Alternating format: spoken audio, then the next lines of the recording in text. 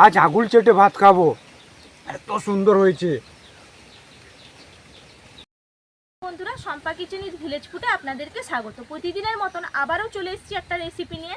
হাতেই দেখতেই পাচ্ছেন যে পালং শাক নিয়েছি। আজকে পালং শাকের একটা ভিন্ন স্বাদের রেসিপি আপনাদেরকে করে দেখাবো। খেতে কিন্তু অসম্ভব সুন্দর লাগবে, সবাই আঙুল চেটে কিন্তু খাবেন। চলুন তাহলে কি করে বানাচ্ছি আপনারা দেখতে থাকুন। রান্নার জায়গায় উনুনটা ধরিয়ে নিচ্ছি। উনুনটা ধরিয়ে নিয়েছি, কড়াইটা চাপিয়ে দিচ্ছি। কড়াইটা গরম হয়ে গেছে, কড়াইয়ের মধ্যে দিয়ে দিচ্ছি জল। জলটা যে বসিয়ে দিয়েছিলাম গরম হয়ে গেছে। পালং শাকগুলো দিয়ে দিচ্ছি। পালং শাকগুলো একটু ভাপিয়ে নিতে হবে। আর এই যে পালং শাকগুলো নিয়েছি, এর ডাঁটা কিন্তু দেইনি, শুধু পাতাগুলোই কিন্তু দিয়েছি। পাতাগুলো সেদ্ধ করে নেব ভালো করে একটু। এদিকে সেদ্ধ হতে হতে আমি আদা রসুনটা বেটে নেব। আদা রসুন আমি একসঙ্গেই কিন্তু বেটে নিচ্ছি।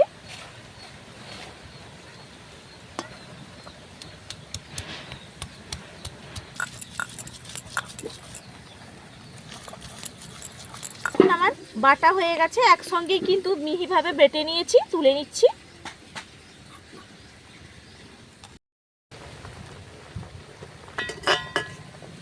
দেখুন পালং শাকগুলো কিন্তু একেবারে ভাপানো হয়ে গেছে। আমি ছানটা দিয়ে তুলে নিচ্ছি, জলটা ভালো করে ছেঁকে নিতে হবে। দেখুন এই যে পালং শাকটা সেদ্ধ তো হয়ে গেছে, এটা বেটে নেব। একটু ঠান্ডা হয়ে গেলে শিলনোড়ার উপর রেখে দিচ্ছি। আর এই পালং শাকটা একটু ঠান্ডা হতে হতে এইদিকে আমি কড়াইয়ের মধ্যে দিয়ে দিচ্ছি তেল। তেলটা গরম হয়ে গেছে, তেলের মধ্যে দিয়ে দেব আলু। দেখুন লম্বা লম্বা করে আমি আলু কেটে নিয়েছি, দুটো মাঝারি সাইজের আলু। আর এখানে কেটে নিয়েছি বেগুনও লম্বা লম্বা করে কেটে নিয়েছি, একটা বড় বেগুন। এগুলো ভালো করে ভেজে নেব।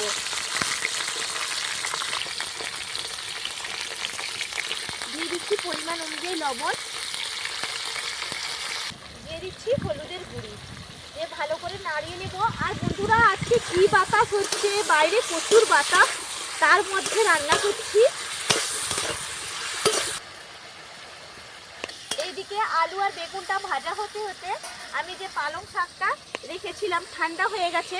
এরপর আমি পালং শাকটা বেটে নেব। আজকে রেসিপিটা একেবারে ভিন্ন স্বাদের, খেতে কিন্তু অসম্ভব সুন্দর লাগবে। আপনারা একবার অবশ্যই বানিয়ে দেখবেন, দারুণ লাগে খেতে। আর গরম ভাতে কিছুই চাই না, এটা হালকা উষ্ণ গরম আছে, এই অবস্থায় আমি বেটে নিচ্ছি। আপনারা চাইলে মিক্সিতেও বেটে নিতে পারেন, তবে আমি শিলনোড়ায় বেটে নিচ্ছি।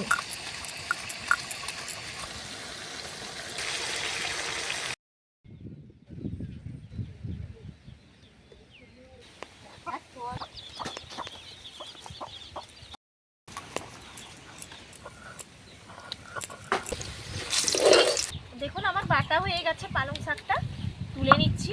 সেদ্ধ করা আছে বলে খুব একটা বাটতে কিন্তু সময় লাগলো না, নিমিষেই বাটা হয়ে গেল। আর এক হাতে বাটছি, সেই দিকে আলু আর বেগুনটাও নাড়ানাড়ি করে নিয়ে আলু বেগুনটাও ভালো করে ভেজে নিয়েছি।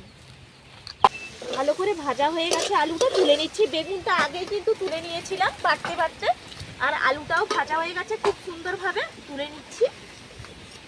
দেখুন মাছের ডিম নিয়েছি, মাছের ডিম দিয়ে কিন্তু পালং শাকটা রান্না করব। খেতে তো অসম্ভব সুন্দর লাগবে। এর মধ্যে আমি অল্প একটু লবণ দিয়ে দেব,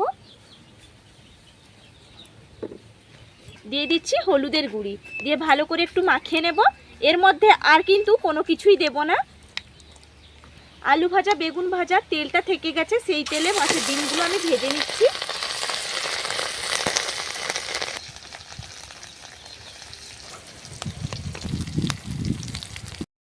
মাছের ডিমটা দু পিঠ উল্টে আমি ভেজে নিয়েছি, তুলে নিচ্ছি।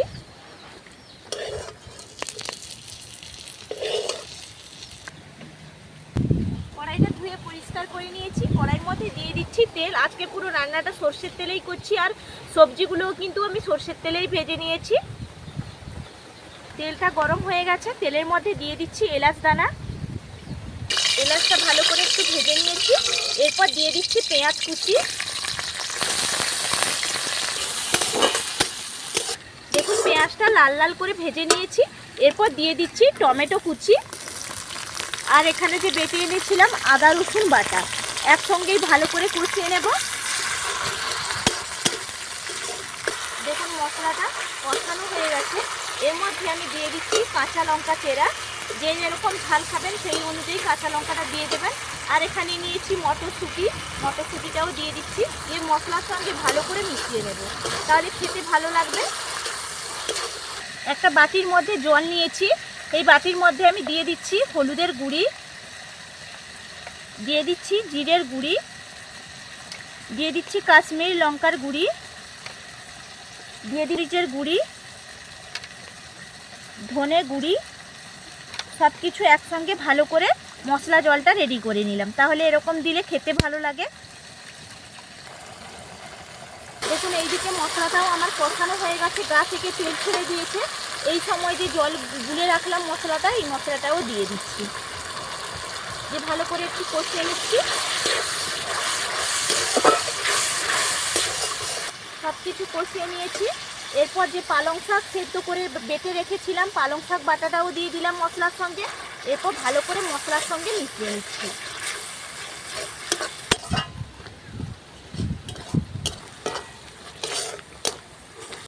পালং শাকের সঙ্গে ভালো করে মশলাটাও মিশিয়ে নিয়েছি।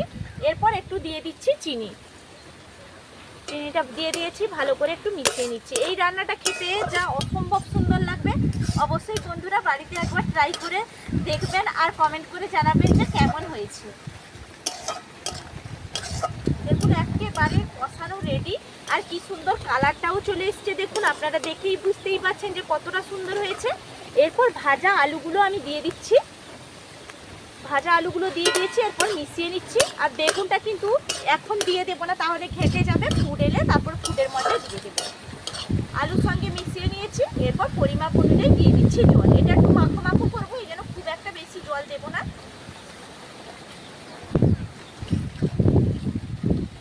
ফুড চলে এসছে। এরপর আমি বেগুন ভাজাগুলো দিয়ে দেবো।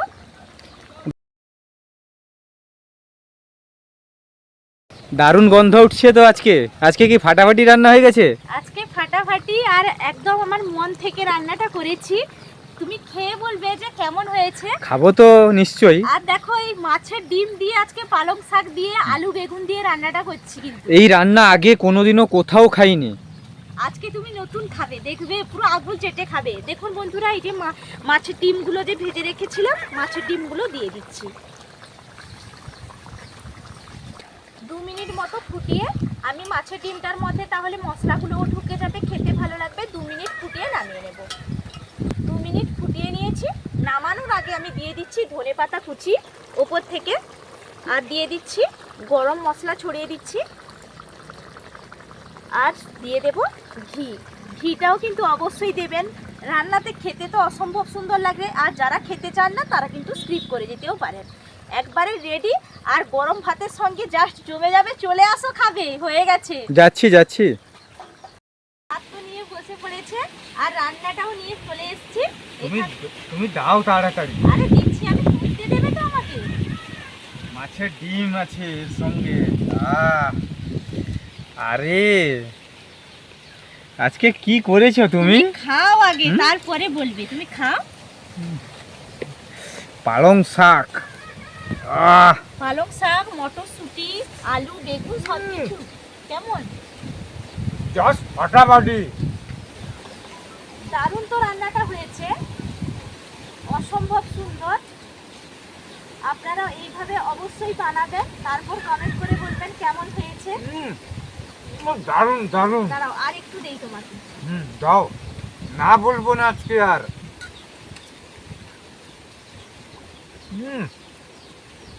মুখে পড়তো জানো, ভালো লাগছে। আর বাড়ির সবাই সঙ্গে বসে একসঙ্গে খাবো। আর কমেন্ট পেয়ে গেছি তো কর্তা মশাইর কাছ থেকে, তাহলে এই রান্না আগে কোনোদিনও খাইনি এইরকম ভাবে রান্না। সবকিছু দারুণ আছে একবারে। এইরকম রান্না। ভালো থাকবেন, সুস্থ থাকবেন। পরের রেসিপিতে আপনাদের সঙ্গে দেখা হবে। টাটা।